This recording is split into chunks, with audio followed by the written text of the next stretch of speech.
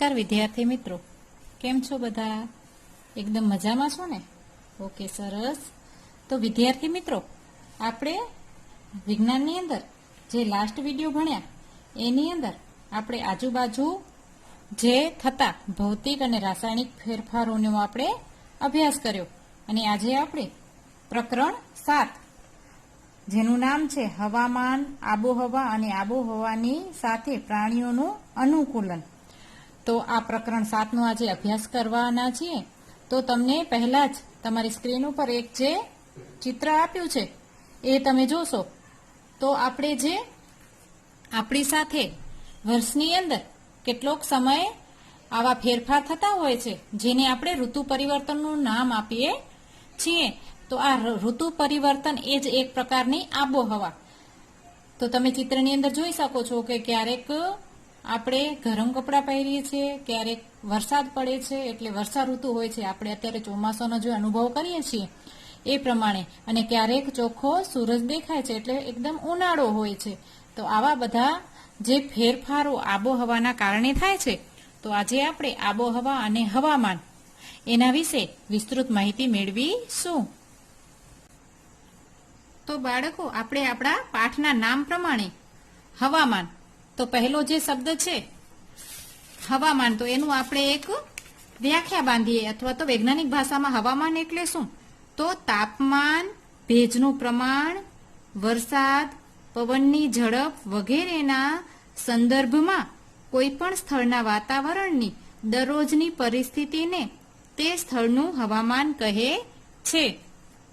આપણે આપણી ભાષામાં ઘણી વખત વધારે પવન ફૂંકાય અથવા તો થોડીક આપણને ઠંડી જેવો અનુભવ થાય તો આપણે એમ કહેશું આજે હવામાન કંઈ સારું નથી. એટલે કે જે તે સ્થળની આજુબાજુ જે વાતાવરણમાં ભેજ હોય, કદાચ વરસાદ પણ પડતી હોય અથવા તો ઠંડી હોવાના કારણે ઠંડી હવા પણ વાતી હોય, તો આ બધું એક હવામાનના અંદર આવે, અથવા તો હવામાનમાં જે ફેરફાર થાય તો આપણે તરત જ એને આપણી સ્કિન ઉપરથી આપણે એને મહેસૂસ કરી શકીએ છીએ. હવામાન. અને પછી ત્યારબાદ પાઠમાં આવે છે આબોહવા. તો આબોહવા એટલે શું? તો લગભગ 25 વર્ષ જેવા લાંબા ગાળાના હવામાનના માળખાને તે સ્થળની આબોહવા કહે છે. આપણે આપણા ભારતની અંદર ઘણા બધા હવા ખાવાના સ્થળો છે. તો ત્યાં કેટલાય વર્ષોથી એકદમ ખુશનુમા વાતાવરણ હોય છે. એના કારણે વિવિધ જગ્યાએથી લોકો ત્યાં ફરવા માટે જતા હોય છે. તો એ કોઈ એક વર્ષે સરસ વાતાવરણ હોય અને બીજા વર્ષે બદલાઈ જાય તો ત્યાં કોઈ ફરવા ન જાય. એટલે કે ત્યાંની આબોહવા હંમેશા કેટલાય વર્ષોથી બધા જોતા આવ્યા હોય એટલે ખુશનુમા હોય અને એનામાં હવાની શુદ્ધિકરણ હોય. એટલા માટે આવા હિલ સ્ટેશને બધા ફરવા જતા હોય છે. એટલે કે સતત 25 વર્ષ સુધી જે વાતાવરણ આપણને અનુભવ થાય, જે હવાનું પ્રમાણ હોય, વરસાદનું પ્રમાણ હોય, હવાની અંદર શુદ્ધતા કેટલી છે, એ બધા સતત 25 વર્ષ સુધી અનુભવાયેલા આંકડા ઉપરથી તે સ્થળની આબોહવા નક્કી થાય છે.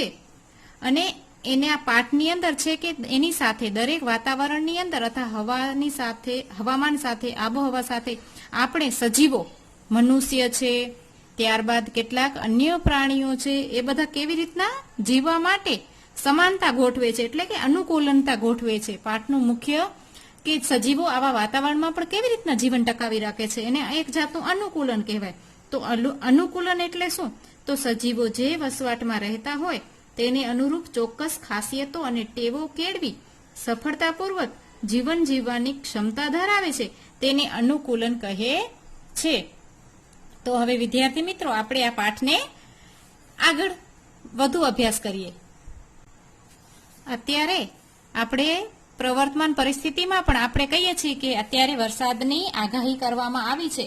તો જો તમે સ્ક્રીન ઉપર જોશો તો દરેક જગ્યાએ લોકો આવા હવામાન ખાતાઓની જે આગાહીઓ થતી હોય છે એના ઉપર પોતાનું કાર્ય ગોઠવે છે કે આપણી ઘણી રોજિંદી પ્રવૃત્તિઓ જે તે દિવસના હવામાનની આગાહી મુજબ યોજાય છે. આપણે ખબર હોય કે આવતીકાલે વધારે વરસાદ પડવાની શક્યતા છે તો આપણે બહારગામ જવાનું ટાળીએ છીએ.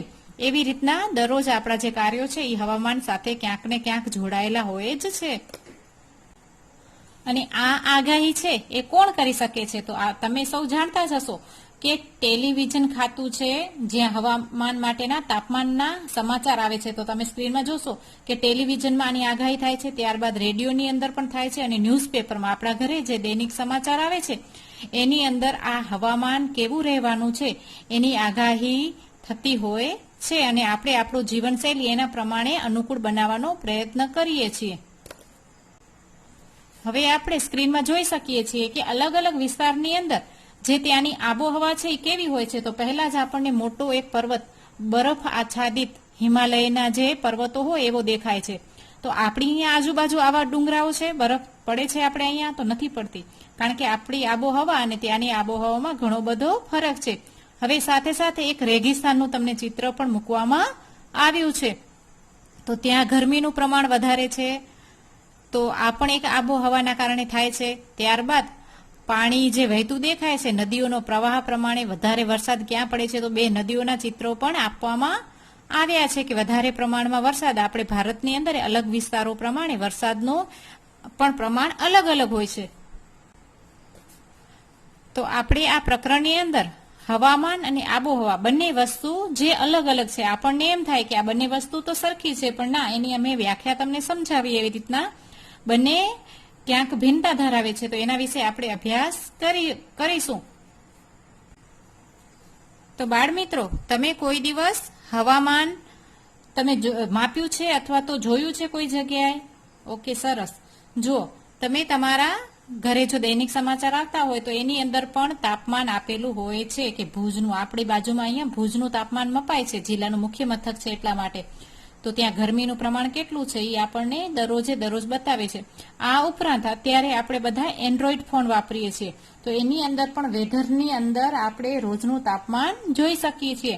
ત્યાં તમે જોયું હશે કે ઘણી વખત તાપમાનના આંકડા આપવામાં આવે છે, ઘણી વખત વરસાદ ન પડે તો સૂરજના કિરણો ચમકતા હોય એવું આપણને બતાવે છે, ઘણી વખત વરસાદ પડતો હોય તો વરસાદની બૂંદો પણ બતાવે છે. એટલે આ એક જાતનું હવામાન રિપોર્ટ છે જેના ઉપરથી આપણે આપણા કાર્યોને આયોજનબદ્ધ રીતે કેવી રીતના બનાવી શકીએ. તો આપણી સમક્ષ અહીંયા કેટલાક શહેરોનું તાપમાન આપવામાં આવ્યું છે: દિલ્હી, કોલકાતા, મુંબઈ અને ચેન્નઈ. તો મહત્તમ વધારે ને વધારે, મહત્તમ એટલે સૌથી ઊંચું તાપમાન કેટલું હતું અને ન્યૂનતમ ઓછામાં ઓછું તાપમાન કેટલા સુધી જશે. તો એનામાં વાતાવરણમાં જે ભેજ હોય, આપણે ઘણી વખત ભેજનો અનુભવ કરીએ છીએ, તો એના ઉપરથી પણ આબોહવા નક્કી થતી હોય છે. પછી ત્યાં સૂર્યોદય, તો દિલ્હીની અંદર સૂર્યોદય ક્યારે થશે? તો 6:30 થશે, જ્યારે કોલકાતાની અંદર 2 મિનિટ વહેલો સૂરજ ઉગશે, બરોબર છે. મુંબઈની અંદર અને કોલકાતામાં સરખો સમય છે, જ્યારે ચેન્નઈ અને દિલ્હીની અંદર ઘણો તફાવત છે. એવી જ રીતના સૂર્યાસ્ત એટલે સૂરજ ક્યારે આથમશે એ પણ એક જાતનો આબોહવા અને હવામાન ઉપરથી એનો જે રિપોર્ટ હોય છે, આ રિપોર્ટને હવામાન રિપોર્ટ કહે છે. તો બાળકો, તમને એમ થતું હશે કે આ બધું કોણ નક્કી કરે છે અથવા તો હવામાન રિપોર્ટ કોણ આપે છે? તો આપણે જોઈ શકીશું કે હવામાન રિપોર્ટ છે એ જે એનું માન્ય એક કેન્દ્ર હોય, જે ઓફિસ હોય, જેની અંદર એના માટેના યોગ્ય સાધનો ઉપકરણો ગોઠવવામાં આવ્યા હોય, એ હવામાન ખાતું આ બધા રિપોર્ટ જાહેર કરી શકે છે. તો તાપમાન અને હવામાનનો જે રેકોર્ડ છે એ આપણે ઘણી વખત અલગ અલગ હોય છે. જો અહીંયા આપણે મહત્તમ તાપમાન કેટલું હશે? વધારેમાં વધારે 28°C સુધી હશે ને, ઓછામાં ઓછું ઘટીને ક્યાં સુધી પહોંચશે? તો 24 સુધી. અને વાતાવરણમાં ભેજનું પ્રમાણ કેટલું હશે? તો 82%. અને વરસાદ જો પડશે તો 2 મીમી પ્રમાણે 2 મીમી સુધી પડશે. અને પવનની ઝડપ કેટલી છે? તો 20 કિલોમીટર પ્રતિ કલાકની. તો આ બધું નક્કી કરતું કાર્યાલય જે છે એ ભારતીય હવામાન વિભાગ અલગ અલગ જિલ્લાઓની અંદર અથવા તો અલગ અલગ સ્થળો પ્રમાણે ત્યાં ઓફિસો હોય છે એ નક્કી કરે છે.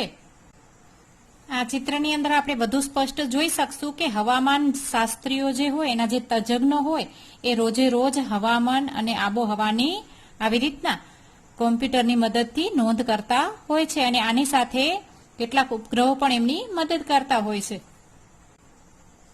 વિદ્યાર્થી મિત્રો, અત્યારે ચોમાસું પૂરજોશની અંદર આપણે માણી રહ્યા છીએ. તો આ હવામાન ખાતું છે એ વરસાદ વિશે પણ આગાહી કરે છે. અને તમે પેપરમાં જોયું હશે કે આ તાલુકાની અંદર એટલે ગાંધીધામ તાલુકામાં આટલા ઇંચ વરસાદ પડ્યો, પછી નખત્રાણામાં આટલા ઇંચ વરસાદ પડ્યો. તો એનું માપન માટે આપણે અહીંયા સ્પષ્ટીકરણ આપ્યું છે કે આ જો વરસાદ માપવો હોય તો કેવી રીતના માપવામાં આવે છે. તો ચિત્રમાં બતાવેલા વર્ષા માપક એક સાધન છે, વર્ષા માપન, રેઇન ગેજ જેને ઇંગ્લિશમાં કહેવાશે. તો એના દ્વારા આપણે રોજે રોજ કેટલો વરસાદ પડ્યો એની નોંધણી થતી હોય છે.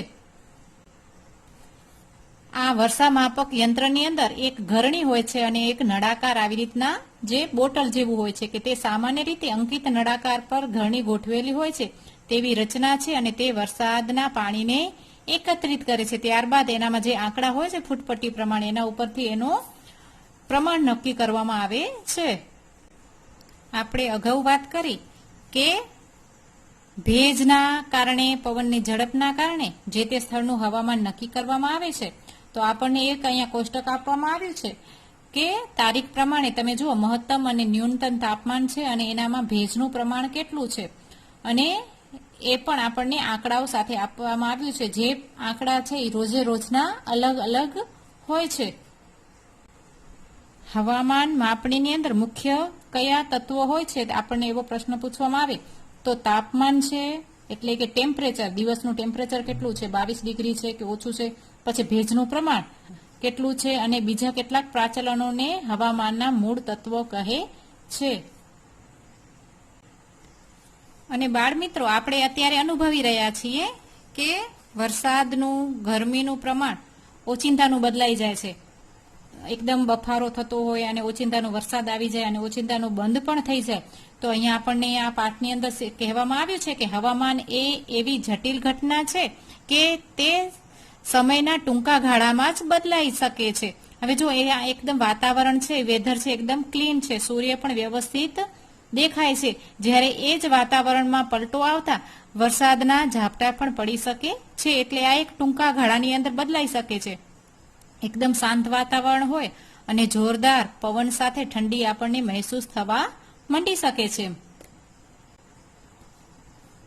બાળકો, આપણે ભેજના કારણે, આપણા દિવસના જે ગરમીના પ્રમાણના કારણે આપણે હવામાન ખાતું જે નક્કી કરે છે તો એ હવામાનના કારણે જ આપણે અલગ અલગ પરિસ્થિતિ અનુભવતા હોઈએ છીએ. તો હવે તમે સમજી શકો છો કે ઉનાળામાં બપોરના સમય શા માટે આપણને અકળામણ થાય છે અને વહેલી સવારે આપણને સારું શા માટે લાગે છે. તો બપોરના સમયે વાતાવરણનું જે આખા દિવસનું તાપમાન હોય એ વધારે હોય એટલે આપણને ગરમી અને બફારો વધારે થાય છે, જ્યારે વહેલી સવારે અને સાંજના સમય આપણને થોડુંક વાતાવરણમાં ઠંડક પ્રસરતી જોવા મળે છે. તો આવી રીતના હવામાન આપણા જીવન સાથે ઘણી જગ્યાએ જોડાયેલું હોય છે. અને આ હવામાનની અંદર ફેરફાર લાવનાર આપણા બધાના સૂરજ દાદા એ પણ બહુ મોટી ભૂમિકા ભજવે છે. આપણને અહીંયા કીધું છે કે વાતાવરણમાં ફેરફારના કારણે સૂર્ય એ ઉર્જાનું પ્રાથમિક સ્ત્રોત છે જે હવામાનમાં ફેરફાર લાવે છે. તો આ સૂર્યની ગરમીના કારણે આપણા જીવન સાથે જો ગરમી, ઠંડક, વરસાદ જોડાયેલા હોય છે. આપણે બાળકો અગાઉ વાત કરીએ કે અલગ અલગ વિસ્તારની અંદર એના આબોહવા પ્રમાણે, ત્યાંના ભેજના પ્રમાણના કારણે, ત્યાં સૂર્યની ગરમીના કારણે અલગ અલગ વાતાવરણ આપણે હવામાન જોવા મળે છે. તો તમને અહીંયા કીધું છે કે જો તમે સમુદ્ર કાંઠાના વિસ્તારમાં રહેતા હો તો તમને અનુભવ થશે કે તમારા સ્થળનું હવામાન એ રણ પ્રદેશ અથવા તો પહાડી પ્રદેશના હવામાન કરતા જુદું જ છે. સમુદ્ર કાંઠાના વિસ્તારનું, રણ પ્રદેશનું, પહાડી પ્રદેશોનું હવામાન એકબીજાથી જુદું હોય છે.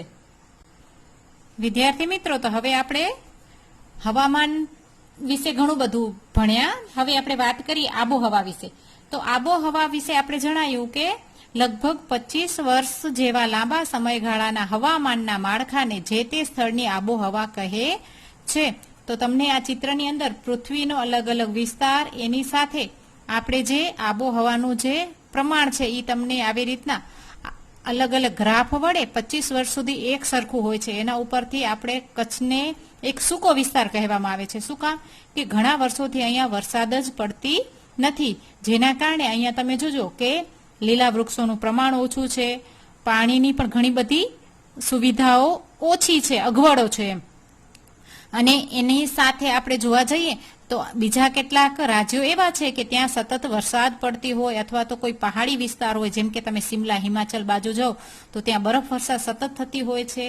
તો આવી રીતના ત્યાં એવું ના હોય કે એક વર્ષે થઈ બરફવર્ષા અને બીજા વર્ષે બિલકુલ થતી જ નથી, પણ એના સમયના આબોહવા પ્રમાણે ત્યાં વાતાવરણના જે ફેરફાર થાય છે એ 25 વર્ષથી ત્યાં ગ્રાફ પ્રમાણે જે નોંધવામાં આવ્યા છે એક સરખા હોતા ત્યાંની જે આબોહવા છે એ નક્કી થાય છે, જે આપણને આ ગ્રાફની અંદર બતાવવામાં આવી છે.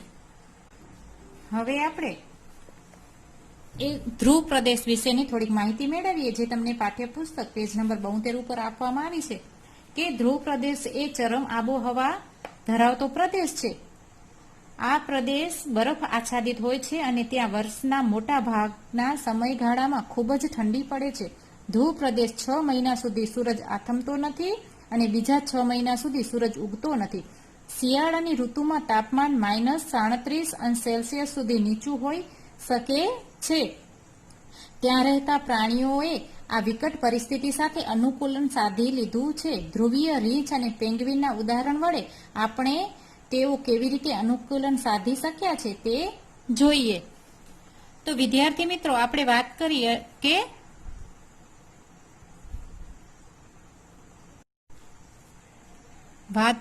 કે આવી રીતના જે ધ્રુવ પ્રદેશ એકદમ ઠંડો બરફ આચ્છાદિત હોય છે, ત્યાં જે રીંછ છે અને જે પેંગ્વિન છે ત્યાં રહેતા પ્રાણીઓ છે, તો આ પોતે કેવી રીતના અનુકૂલન સાધી શક્યા છે એના વિશેની અહીંયા ચર્ચા કરવામાં આવી છે. તો પહેલા વાત કરીએ આપણે કે જે સફેદ રીંછ છે, તો ધ્રુવીય રીંછ પોતાના શરીર પર સફેદ વાળ ધરાવે છે, તે માટે તે બરફની સફેદ પૃષ્ઠભૂમિમાં સહેલાઈથી નજરે પડતું નથી. આ તેને તેના શિકારીઓથી બચાવે છે. વળી તેને તેના શિકારને પકડવા માટે મદદરૂપ પણ થાય છે. અને તેના પરની જે મોટી રૂંવાટી છે એ જાડા 2 સ્તરોની છે, જેથી તેને બહુ ચરબી હોવાથી તેને વાસ્તવમાં એટલી બધી ઠંડી લાગતી નથી અને વારંવાર આરામ કરીને પોતાનું તાપમાન વધી ન જાય તે માટે પ્રયત્ન કરી અને સારી રીતે તે ઠંડીથી પોતાની જાતને અલગ રાખે છે. અને ઉનાળાની ઋતુ જેવું અનુભવાય છે ત્યારે તે પોતાની જાતને ઠંડી રાખવા માટે પોતે તરી અને બરફનો સ્તર નીચે જે પાણી જામેલું હોય છે એની અંદર એ તરે છે. આવી રીતના બરફમાં ચાલવા માટે પણ તે ઉપયોગી છે અને તે પોતે પોતાના શરીરની અંદર નસકારો બંધ કરી અને પાણીની અંદર પણ લાંબા સમય સુધી રહી શકે છે. વળી પાછી તેની સૂંઘવાની શક્તિ પણ એકદમ વિશિષ્ટ હોય છે, જેથી એના ઉપર એને એ શિકાર પણ જલ્દી શોધી શકે છે અને એના ઉપર હુમલો કરનાર પ્રાણીઓથી પણ એ બચી શકે છે. હવે બીજા પ્રાણી વિશે વાત કરીએ તો તમે જોશો, તમે બધા ઓળખો છો ને આ પ્રાણીને? ઓકે, સરસ. તો ધ્રુવ પ્રદેશમાં રહેલું સારી રીતે જાણીતું બીજું પ્રાણી પેંગ્વિન છે. તે પણ સફેદ રંગનું છે અને સફેદ પૃષ્ઠભૂમિમાં ભળી જાય છે. તેના શરીર પર પણ જાડી ચામડી છે અને ચરબી પણ વધારે છે. તેના કારણે તેને ઠંડીમાં રક્ષણ મળે છે. પેંગ્વિનને એકદમ પાસે ભીડ કરીને ટોળામાં ઉભેલા હોય તેવા ચિત્રો પણ તમે જોયા હશે, છે ને, એક સાથે ભેગા ઉભેલા. આમ કરીને તેઓ તેમના શરીરને ગરમ કે હૂંફાળું રાખે છે. જ્યારે માણસો વચ્ચે આપણે ગીચોગીચ હોલમાં હોય તો આપણે વધુ ગરમી અનુભવીએ છીએ ને, એવી જ રીતના આ ધ્રુવીય પેંગ્વિન છે એ એક સાથે બધાના ઝુંડમાં સાથે રહે છે, જેથી એકબીજાની એ ગરમી મેળવી શકે. બાળકો, તમે હવે આગળ જોશો કે ધ્રુવ પ્રદેશમાં રહેલા બીજા પ્રાણીઓ પણ, જેમ કે માછલીઓ, કસ્તુરી બળદ, રેન્ડિયર, શિયાળ, સીલ માછલી, વહેલ માછલી, અનેક બીજા પક્ષીઓ પણ આવી રીતના ઠંડીની અંદર પોતે પોતાનું અનુકૂલન સાધી અને એકબીજામાંથી હૂંફ મેળવીને પોતે સમૂહની અંદર રહે છે અને સ્થળાંતર પણ કરે છે. જ્યારે એને અનુકૂળ વાતાવરણ નથી આવતું ત્યારે તે શું કરે છે કે એક જગ્યાએથી બીજી જગ્યાએ જતા રહે છે. આવા કેટલાક વિદેશી પક્ષીઓ પણ તમે જોયા હશે કે જે અમુક સમય સુધી અલગ અલગ પ્રદેશમાં વસવાટ કરી અને ત્યારબાદ એ પોતે પાછા પોતાના જે તે હવામાન પ્રમાણે અનુકૂળ વિસ્તારમાં જતા રહે છે. તો તમે આવું દ્રશ્ય પણ ઘણી વખત જોયું છે કે કેટલાક સામૂહિક સ્થળાંતર ફેરવનારા પક્ષીઓ પોતાના ઘરના સ્થળની ચરમ આબોહવાકીય પરિસ્થિતિમાંથી બચવા માટે 15,000 કિલોમીટર જેટલો પ્રવાસ કરતા હોય છે. આપણી આજુબાજુ અહીંયા સુરખાબ પક્ષીઓ છે એ પણ એવું માનવામાં આવે છે કે વિદેશથી આવતા હોય છે. તો આ પ્રાણીઓ પણ પોતાની જે નજર અને પોતાની જે ઓળખ શક્તિના કારણે અલગ અલગ વિસ્તારોમાં પોતાની આબોહવા બદલવા માટે ફર્યા કરે છે. સામાન્ય રીતે તેઓ હવાના પ્રવાહની મદદ મળે તે માટે ખૂબ જ ઊંચે ઉડતા હોય છે. વળી ઉપરના સ્તરની ઠંડી પરિસ્થિતિઓ તેમના ઉડ્ડયન દરમિયાન તેમના સ્નાયુઓ વડે ઉદ્ભવતી ઉષ્માને વિખેરવામાં પણ મદદરૂપ થાય છે. પરંતુ આ પક્ષીઓ દર વર્ષે એક જ સ્થાને કેવી રીતે મુસાફરી કરીને આવી શકે છે તે રહસ્યમય કોયડો છે. તેવું લાગે છે કે તેમના શરીરમાં દિશાને શોધવા માટેની કોઈ રચના આવેલી હોવી જોઈએ અને કઈ દિશામાં મુસાફરી કરવી તે જણાવતી હોય. હવે વાત કરીએ આપણે વિષુવવૃત્તીય વર્ષાવનો. તો કેટલાક પ્રાણીઓ આ વર્ષાવનોમાં રહે છે એના આપણને અહીંયા ચિત્ર આપવામાં આવ્યા છે કે વાનરો, બે પગે ચાલનારા વાનરો, ગોરીલાઓ, વાઘ, હાથી, દીપડા, ગરોળી તેમજ સાપ વગેરે પ્રાણીઓ મુખ્યત્વે વિષુવવૃત્તીય વર્ષાવનોમાં રહે છે. તો બાળકો, આપણને અહીં પ્રશ્ન થાય કે આ વિષુવવૃત્તીય વર્ષાવનની અંદર રહેતા પ્રાણીઓ આપણા વધારે પ્રમાણમાં કેમ છે? તો એના વિશે કહી શકાય કે વિષુવવૃત્તીય વર્ષાવનો પ્રદેશમાં આબોહવા ગરમ અને ભેજવાળી હોય છે. આ પ્રદેશોમાં ખૂબ જ ભારે વરસાદ પડે છે. દિવસ અને રાત્રિના સમયગાળો લગભગ સમાન હોય છે.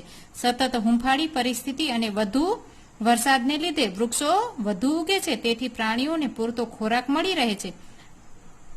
આવી પરિસ્થિતિ પ્રાણીઓના વિકાસ માટે અનુકૂળ છે. આથી વિષુવવૃત્તીય વર્ષાવનોમાં પ્રાણીઓની સંખ્યા ઘણી મોટી હોય છે. એટલે આ બધા પોતપોતાના ઝુંડની અંદર વિવિધ પ્રાણીઓ વિવિધ વર્ષાવનોની અંદર રહે છે, જેથી એને ખોરાક માટે આમ તેમ ભટકવું ન પડે. તો બાળ મિત્રો, હવે આપણે આ પ્રકરણની અંદર જોયું કે આબોહવા, વાતાવરણ જે આપણે કહીએ છીએ એના વિવિધ તત્વો, ભેજ વિશે સમજ્યા, પછી તાપમાનનું માપન વિશે આપણે સમજ્યા, બરફ આચ્છાદિત ધ્રુવ પ્રદેશ વિશે પણ આપણે ભણ્યા. ત્યારબાદ આપણે વિવિધ બરફની અંદર રહેતા પ્રાણીઓના અનુકૂલનો વિશે પણ જાણ્યા. તો બાળ મિત્રો, આપણે હવે આ પાઠ અહીંયા પૂર્ણ કરીએ છીએ. તો નવા પાઠ સાથે આપણે નવા વિડીયોમાં મળીશું. ત્યાં સુધી મને રજા આપશો. આવજો બધા.